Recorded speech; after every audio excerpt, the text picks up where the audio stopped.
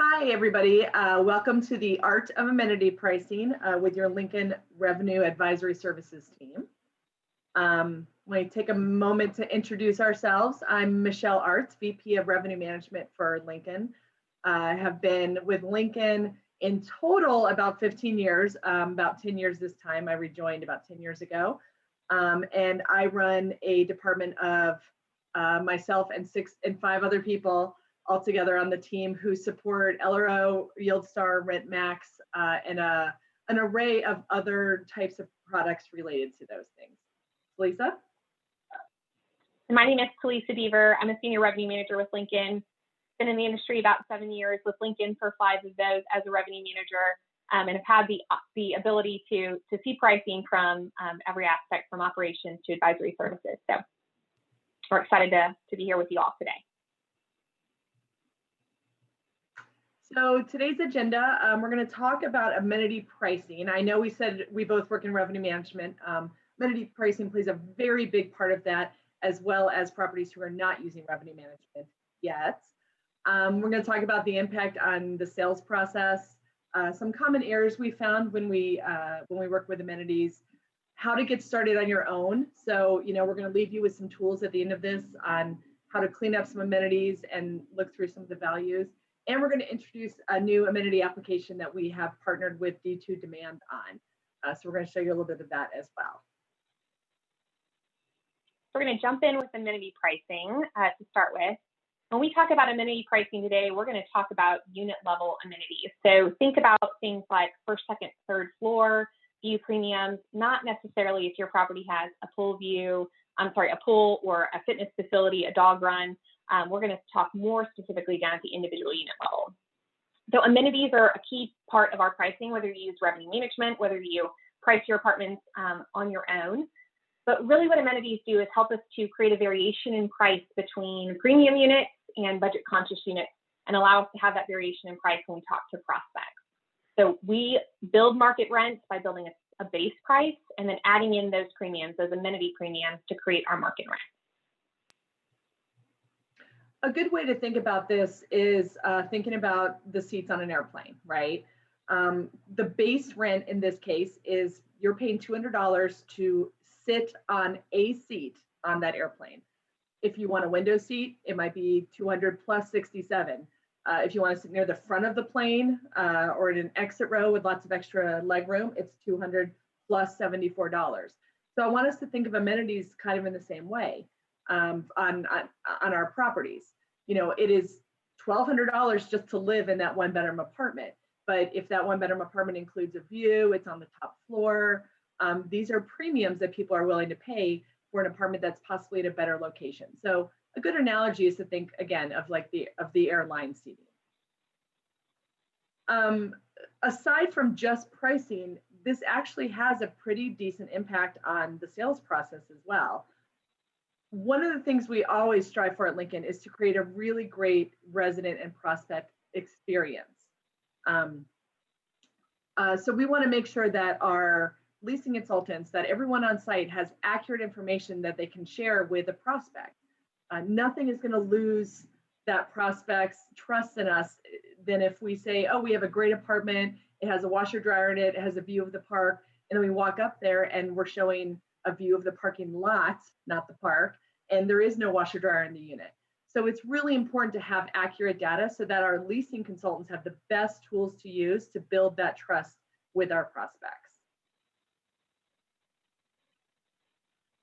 Now we're talking pricing, we're talking amenities. So not only does it have an impact on the people side of sales, it obviously has an impact on the revenue side of sales as well.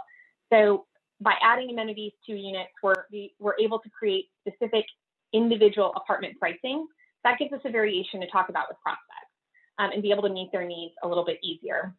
In addition, it helps us minimize vacancy loss. We can move those units quicker because we're selling directly to our customers' needs and not just focusing on the individual unit on the availability. So we have a couple of common errors that we see with amenity pricing. I know Michelle and I have both been around the block talking about amenity pricing with a number of properties. So we want to share a few of those common places that we see errors with you today. So to start us off, Overbundling. I would say this is probably one of the most frequently seen misuses of amenities. And there's a great example here on my screen. I want to talk about this fifth floor corner apartment home on this slide. And if we look at amenities here, we might at first glance see that this property has, or this unit has fifth floor amenity premiums. We've got a premium scenic view on it. It's got 12-foot ceilings. It's a corner unit. It's got great additional windows. At first glance, those look great. But when we dig in a little bit deeper, we start to see that some of those amenities step on each other, right? So we have the scenic view, and maybe that scenic view can be seen from a couple of different floor levels, but we've made it a premium scenic view because we're on the top level. But we've already accounted for the fact that it's on the top level by that fifth floor amenity premium. It's got 12-foot ceilings, but if those 12-foot ceilings are only available on the fifth floor, again, we've already accounted for the fact that that fifth floor has a premium with that fifth floor amenity pricing. Same thing with our corner unit premium and our additional windows. When we look at those here, it's going to have additional windows because it's on the corner. So if we start to add premiums in both of those places, we've now double dipped on what we're counting. What that can cause is an overprice for this unit. And what that then leads to is that unit sitting longer on our availability and incurring more vacancy loss as we look at our availability. So we want to be mindful of the fact that when we look at things like floor levels and view premiums, that we're looking at what would this premium be, what would this view premium be on any apartment home if it had that view, and looking at the desirability of floor levels. If we're looking at the second and third floor, we might want to also consider, is there a real difference in that, and do we need to add a premium between a second and a third floor, like we see in this example here? We have someone below us, we have someone above us, and if there's really no difference between the second and third floor, maybe those are priced the same, rather than someone taking the second floor because it's $15, $20 less expensive because of a floor premium that didn't need to be there. So as Lisa talked about overbundling, I'm going to talk about overpricing also. So, if you haven't overbundled, are you charging $150 for a pool view? And I know we have an example here. None of our properties look like this. This was not taken from a Lincoln property, I promise. But, this does lead to, it's really easy to say, well, pool views are worth more money. And in a more serious example, sometimes pool views, if you're right on the first floor, right outside the pool, it can be loud. It can be, there's a lot of people wandering around in the summer. If you're somewhere like, Arizona or Florida where your pools are open year round, it can be really busy. And if somebody's working at home, who does that these days, right? If somebody's working at home and people are all at the pool making a lot of noise, that might not necessarily be a good thing. So, thinking about what is it adding to that person's experience of living there? So not just the view itself, but overall, is that worth money? Have we overpriced something like that? Another good example, and I'm sorry, one more thing to talk about pool views. When I'm in Chicago and when you get to the Midwest, the pools are only open here for 3 to 4 months. So again, pool view is great for those couple of months sometimes, but then the rest of the time you're looking at a closed up pool, sometimes with snow over it. So just another thing to think about as well. So another common error that we see is not knowing what you have, right? So we can't track what we don't tag. And when we say tag, we want to add amenities so that we can see trends in what's moving on our availability and what's not.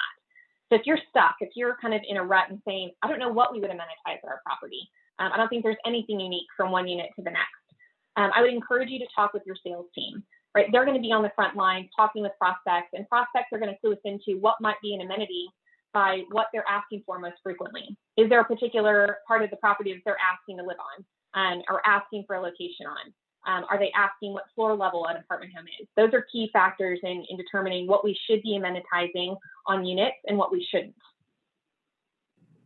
And before I move on from the slide, I had one more example that I thought of regarding this. When I was down in Florida with another company, the community literally has one floor plan. That's it. They were all 2 bedrooms, exact same floor plan, built 4 to 6 times per building, and that was it. So when I went down there, they said, we don't have any amenities. We're all the same floor plan. But like Lisa's saying, what's the difference? Are there locations that are different? Some are closer to the lake. Some are further away from parking. And when you're in Florida and it's 1,000,000 degrees, spoken from a Midwest girl, and you have to walk 400 feet to your car, like that can be considered a negative premium. So things to think about. It's not just what's inside the apartment, but, all of the locations, the floors, everything. Also leading to not knowing what it's actually worth, right? So we say, great, you have a wonderful pool. Let's slap a pool view on it, and let's charge, I don't know, $100. So how do we know if that $100 is actually working? That's where we start looking at, trends. Every time we have a pool view apartment come open, is it take longer to lease than other apartments? Are we charging too much? Are you hearing questions from your leasing team going, oh, I love when those pool view apartments come open. They lease like that. They're so easy to lease. I have a list of 15 people I can call tomorrow. Then guess what? You're probably not charging enough. So paying attention to your availability, paying attention to what people are asking for. If everyone coming in and asks for a pool view, you probably are undercharging for it. If everyone's saying, I want to be as far away from the pool as possible, again, think about what the client is saying and what our leasing teams are hearing. So upgrades. I think this one can be a tricky one. I think our gut reaction when we talk about upgrades, and I know Michelle and I have heard this a number of times, is we're doing upgrades, we want to add a premium, add an amenity tag for us. So when we do that, I think the first question when we consider upgrades is, are we playing offense or are we playing defense? We want to know, are we really adding value above and beyond what we have already? Or are we bringing our apartment homes just up to snuff with the rest of the comps in the area? If we're just bringing them up to meet the level of our comps, that's going to be an inherent addition that's going to be included in your base rent, right? You're just coming up in order to be competitive. If we're truly adding a package, maybe you're the first in your area that's going to add a smart home package to your apartment home, that's an addition that would be worth a premium. It's something that stands out against the comp in your area. We want to add that as an amenity value. That's adding a premium to that particular apartment home or apartment homes at your property. Oh, I'm sorry, skipped ahead. And the last error we have is input errors. That never happens, right? And it's not even so much as, doing it quickly and something gets messed up that way. There's so many other reasons why amenities could be put in wrong. It reminds me of a story my husband used to always tell me. He had a mechanic back in the day who would always say, I can do it fast, I can do it cheap, I can do it right. You pick two. You can't have it all, right? So if we're transitioning properties to Lincoln Management, we want to get everyone set up on Yardi. We want that property to be functioning within days of taking over management.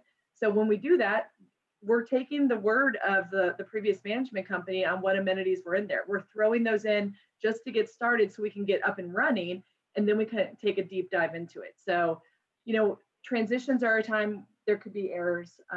Even on new construction, I have found, when we're setting up the amenities for a property on a new construction deal, it's not always built yet. We're pre-leasing months in advance, and we're looking at the actual drawings and the floor plans.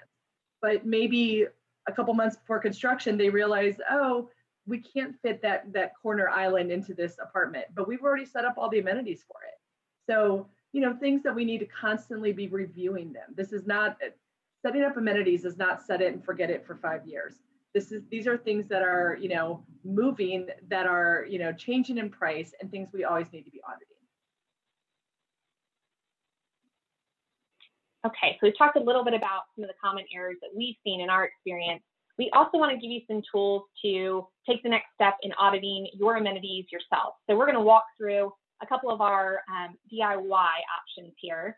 Now, I will preface this by saying it is a little time intensive. It's a time investment here. But when we start, we want to start with a big picture overview. And when we say big picture, we're talking at the property level. So we want to start by evaluating those base rents. We have to have a good baseline in order to start building amenities on top of. So when we look at our base rents, we want to determine what's the baseline cost to live in any apartment on our property, any unit type on our property. Once we establish that, we want to make sure that we have the right differences between those base rents in unit types. So for example, we might have 2 3-bedroom layouts on our property. One's 1,200 square feet and one's 1,400 square feet. And we might, as a gut reaction, price one at 1,200 and one at 1,400, right? Because they have, one's a larger square footage, it's worth more money. That may not always be the case. So we want to make sure that we're blending not only square footage in those considerations for base rents, but also layout. If we look at the example on the screen here, we can see that if this were the 1,400 square foot apartment, in that 3-bedroom layout, that's probably less desirable than just about any other 3-bedroom option we have on the property. So we want to make sure we're taking that into consideration. After we have a good baseline, then we can start looking at what amenities we do have set up at the property. So using reports directly from the RD, like our amenity listing report or our amenity rent analysis report, will allow us to see what do we have currently and what do we need to build on. Do we have any gaps? Are we missing anything? And then once we have this established at the property level, we also want to take a look at, are there any amenities that are inherent to every unit? Do we have an amenity that's assigned to every single unit on our availability or on our property? If so, that needs to be wrapped up into our base rent. That's a standard for living at our property, and we want to make sure it's included in that baseline price instead. So once we have our roadmap and we've looked at that property level, we want to dig into the individual unit level. And this is going to be helpful to have a site map, to have an amenity details by unit report available so that you can see what we currently have assigned to our amenity groupings. And then we can also evaluate from that site map, if we're looking at views, if we're looking at location, we can better discern which of those need to be added or maybe even removed from a particular amenity by getting that big picture view. So drilling down to the unit level is going to be crucially important. Making sure that we have that just right is going to be key to making sure that our pricing is correct on the other end. I mentioned earlier, it's not a set it and forget it. There's a really great sentence right here. Amenities are a feature, positive or negative, that stay with the apartment home rather than the circumstance. Now, while that should be the case, and it is 98% of the time, there are things that come up. The dreaded loss leader. There are cases where we need to put a temporary amenity on an apartment, especially in a time where there's a pandemic going on and we need to show some cheaper rents possibly, just to get some more traffic in the door. There's construction next door, and the entire south side of the building faces construction for the next 9 months. Maybe we put a temporary, amenity on those because you are going to deal with a little bit more construction, a little bit more noise, things like that. So it's okay to have those amenities, but again, more reasons why we need to be auditing them and updating them constantly. Because while amenities should just be for the actual apartment, for concrete things, there are times we need to add them on for other reasons. So looking at your amenity rent analysis, I'm again looking up at the top of the screen on the Yardi reports, the amenity details by unit. These are ways that you can look for, the construction's done, which apartments had I applied that to? Because now whoever's living there or the next person living there no longer has to deal with that. And then always phone a friend. Talisa was talking a lot about the amenities and the floor levels and looking at community maps. A lot of this can be done via paper. I can go on almost anyone's website and get a glimpse of what the apartments look like inside. I can get community maps to figure out what do they view, what floors are they on, things like that. So a lot of times our managers, because we have such a great team of managers, a lot of them have been with Lincoln a very long time. Sometimes they've been at that community 7 years, and aside from renovations, things just start to look a little stale. So get someone else to look and say, hey, I didn't realize you guys had tile entryways. Being in a place that's rainy or cold, that's huge. Your carpet doesn't get so dirty. That's something you might not have thought about. So just, getting a second set of eyes, getting someone to objectively look at your community and your amenities to maybe give you some ideas. I know, Michelle, we do that with our team as well, don't we? Ping pong back and forth and phone a friend just to get fresh eyes on something we're looking at, especially things like an amenity analysis. Absolutely. Well, Talisa and I have given you some ideas on how to go through your amenities, how to audit them, things that we've also done a lot as we set up revenue management or as we just dig into properties that need a little assistance. But I do want to introduce a really cool tool that we are bringing to Lincoln. We have teamed up with D2 Demand, and they have an amenity app that allows us to really jump in and audit our amenities quickly and easily. All the tools that Talisa and I have given you so far in the Yardi reports or OneSite, if you use OneSite, those are all great and they'll get the job done. But it does take a little bit more, moving things around, putting things into Excel. We've teamed up with D2 Demand to have an amenity app application that literally lets us put all of this data in and look at it in different ways. One of the big things Talisa had talked about was over bundling, one of the most common errors. By looking at everything in this type of environment, we can see those kinds of things as stand out. We can say, oh my gosh, after all is said and done, we're charging $920 in amenities on this apartment that the base rent is $1,000. It should never be 50% of your rent. So using this kind of tool is going to allow us to run through these a lot faster and give you more insight to what's at the community and maybe if there's any holes we're missing. Michelle, I know I speak for both of us when I say I am so excited about this application. I'm so excited about the partnership with D2 Demand and getting to use this tool. It makes our pricing audit so dynamic, and it saves us a ton of time.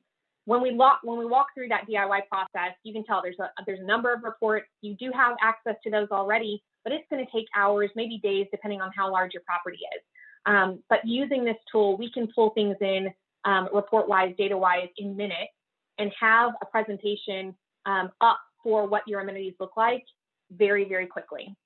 We also have the option to layer in a bunch of filters, right? We can turn individual amenities on and off and really focus on individual amenity groupings, things like views or locations, highlight where those are targeted on the individual property within a building, within a floor plan or floor level. And then we also, to add on top of that, it just keeps getting better in my opinion, but to add on top of that, we can also track changes in here and then export those changes directly into a report. So we have history of what we changed and when, and then can also monetize what that impact is on the property when we make an amenity change across multiple units or even down to the individual unit level. And then from there, auditing is the first step. We want to make sure that the amenities are correct on the property, correct on the individual unit level. That's going to be the first step. That's going to be the key to getting our pricing correct. But we want to take it one step further. And by being able to quickly pull in an amenity audit, get those pieces right, we can then take our audit one step further into analysis. And that's really the ultimate goal. We want to make sure that we're analyzing and taking that into a business setting and saying, well, what does this mean for the property, right? Not just our pricing is correct, but what does it mean for the property? So we can begin to layer in some of the details of amenity trends on top of things like days on market or exposure and look at those and say, do we need to make a shift in our strategy or in our premiums right from the get-go? So we don't have long periods of time where we're saying, ooh, that's been a problem for a while.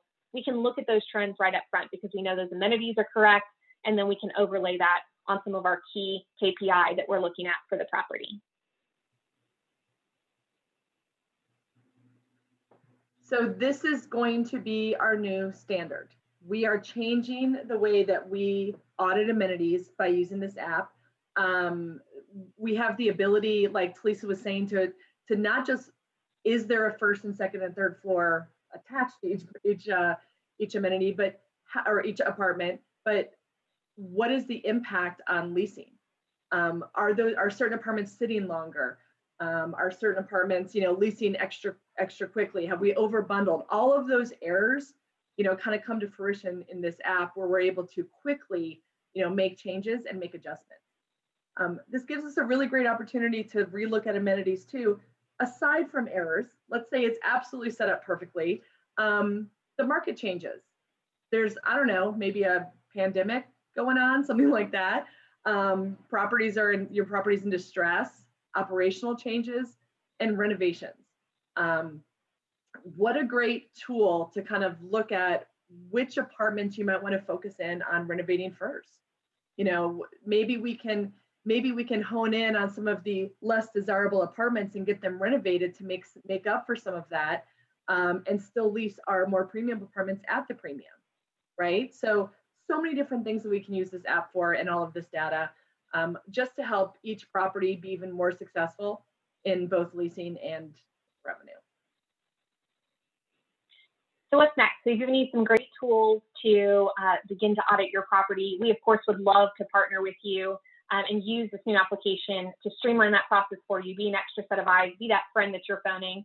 So when we dig in here and we're looking at what's up next, we want to make sure that we're moving from that initial audit phase into analysis, but we also want to keep monitoring those amenity trends, right? Our availability is going to change over time. So different trends in our amenities are going to emerge over time, and we want to be aware of those. So know that this is not a set it and forget it. We're not going to do this once and then know that for the rest of the time it was set up once this year, and for the next 10 years, our amenities are great as is. So we want to be able to watch those amenity trends and audit periodically and be able to do that very quickly. Of course, if you've already taken the time to audit and analyze your amenities, you're perfectly set up to streamline into a revenue management system. So if that's something you want to take on as the next step after you have your pricing just right, our team is also here to partner with you and be those extra set of eyes on overall pricing strategy and making sure that you're making dynamic pricing decisions as you move through different seasonalities, different business objectives over time. And if I could add on here as well, you know, I know a lot of this conference, we've been focusing on online leasing because of the COVID, focusing on the way we're changing our business. A lot of things have affected amenity pricing during this pandemic. I mean, balconies that used to be worth $75 a month are now worth $250 a month because you can't go out in public. So you need outdoor space. You know, living in a studio, we used to get a lot of money per square foot on studios because it was all about location. But if you can't go anywhere, you probably want a bigger, you know, 1-bedroom or 2-bedroom, even if you're working from home. So this pandemic has changed the way that we look at our base rents, at our amenities. And this is a great time to sit back as we finally end 2020 and figure out, where do we go from here? Where can we make up some of this lost revenue that was completely out of our hands just because of the situation? And for my last slide, I know a lot of you listening in on this presentation right now have talked to a lot of these people. This is our in-house Lincoln Revenue Advisory Services team. You can see Talisa and I, as well as Omar Rasul, who's Director of Revenue Management, Nicole Darch, Keisha Myers, and Josh Francis are also our revenue managers. You know, the reason that Lincoln has decided to have an in-house department for revenue advisory services is because we have so much more ability to reach other departments. And just like we've talked about, aside from actual just LRO and YieldStar and RentMax, just in thinking about amenities in base rents, we're able to help with all of these things at all of our communities, even if they don't employ an actual revenue management system.